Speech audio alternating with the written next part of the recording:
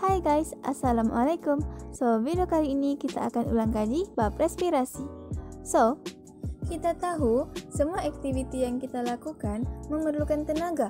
Contohnya, pergi ke sekolah, bermain, bersukan, berkebun, dan sebagainya memerlukan tenaga. Tapi, bagaimana kita mau mendapatkan tenaga?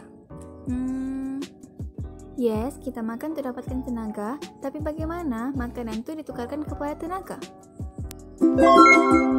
Tepat sekali, nama prosesnya ialah respirasi. Respirasi menyebabkan pembebasan tenaga daripada sebatian organik seperti glukosa. Tenaga yang terbebas semasa respirasi juga digunakan untuk proses-proses kehidupan seperti proses anabolisme, seterusnya pengecutan otot yang membolehkan pergerakan, pengangkutan aktif bahan-bahan yang menentang kecurunan kepekatan, penghasilan dan perembesan enzim dan hormon, pemindahan impuls saraf, dan haba yang terbebas semasa respirasi sel juga digunakan untuk mengekalkan suhu badan. Terdapat dua jenis respirasi, yaitu respirasi luar dan respirasi dalam. Respirasi luar ialah proses yang menyebabkan oksigen dipindahkan dari udara persekitaran ke dalam sel badan dan pemindahan karbon dioksida dari sel ke udara persekitaran. Bahasa mudahnya, kita sedot oksigen dan kita hembuskan karbon dioksida, ataupun kita sebut sebagai pertukaran gas. Pertukaran gas dalam kebanyakan hewan berlaku di organ respirasi khusus, contohnya ikan pada insangnya, katak pada kulitnya, dan sebagainya. Dalam hewan peringkat tinggi, pernapasan dianggap sebagai respirasi luar. Seterusnya, respirasi dalam. Respirasi dalam juga dikenali sebagai respirasi sel. Kenapa dia dipanggil respirasi sel? Karena proses ini berlaku di dalam sel hidup. Disinilah tenaga itu dihasilkan. Macam mana tenaga itu dihasilkan?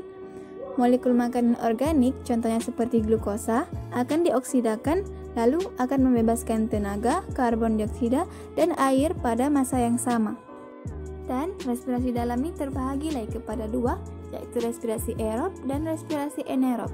Nampak sama tapi berbeza. Apa bezanya?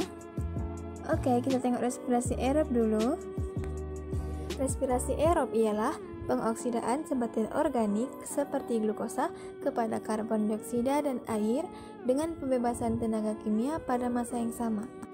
Oksigen diperlukan untuk penghasilan tenaga dalam respirasi aerob, dan tenaga kimia dalam kuantiti yang banyak dibebaskan semasa respirasi. Jadi, tenaga yang terbebas akan digunakan untuk mensintesis molekul ATP. Setelah itu, ikatan ATP akan diuraikan dan tenaga akan dibebaskan apabila diperlukan untuk aktiviti sel.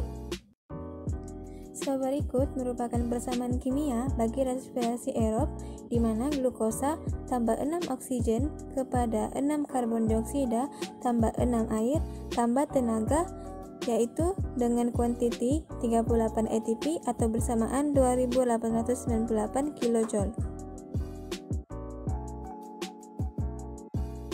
Seterusnya, respirasi anaerob. Berbeza dengan respirasi aerob, respirasi anaerob membebaskan tenaga dengan ketiadaan oksigen ataupun sangat sedikit oksigen. Pada awal senaman cergas, sel otot masih dapat menjalankan respirasi aerob, tapi bila semakin lama senaman berlaku, kepekatan oksigen dalam sel otot kita akan menurun karena kadar penggunaannya jauh melebihi kadar bekalan ke sel otot. Oleh itu, hutang oksigen berlaku dan otot akan memperoleh tenaga yang selebihnya daripada respirasi anaerob. Molekul glukosa akan diuraikan separa kepada asid laktik tambah 150 kJ atau bersamaan 2 molekul ATP. Tenaga yang dihasilkan lebih sedikit berbanding respirasi aerob. Oksigen yang berlebihan akan digunakan semula untuk mengoksidakan asid laktik yang terkumpul. Bila semua asid laktik telah diproses, hutang oksigen akan terbayar. Jika tidak diproses, aras asid laktik akan bertambah dan akan menyebabkan kekejangan otot atau keletihan. See you in the next video. Assalamualaikum. Bye.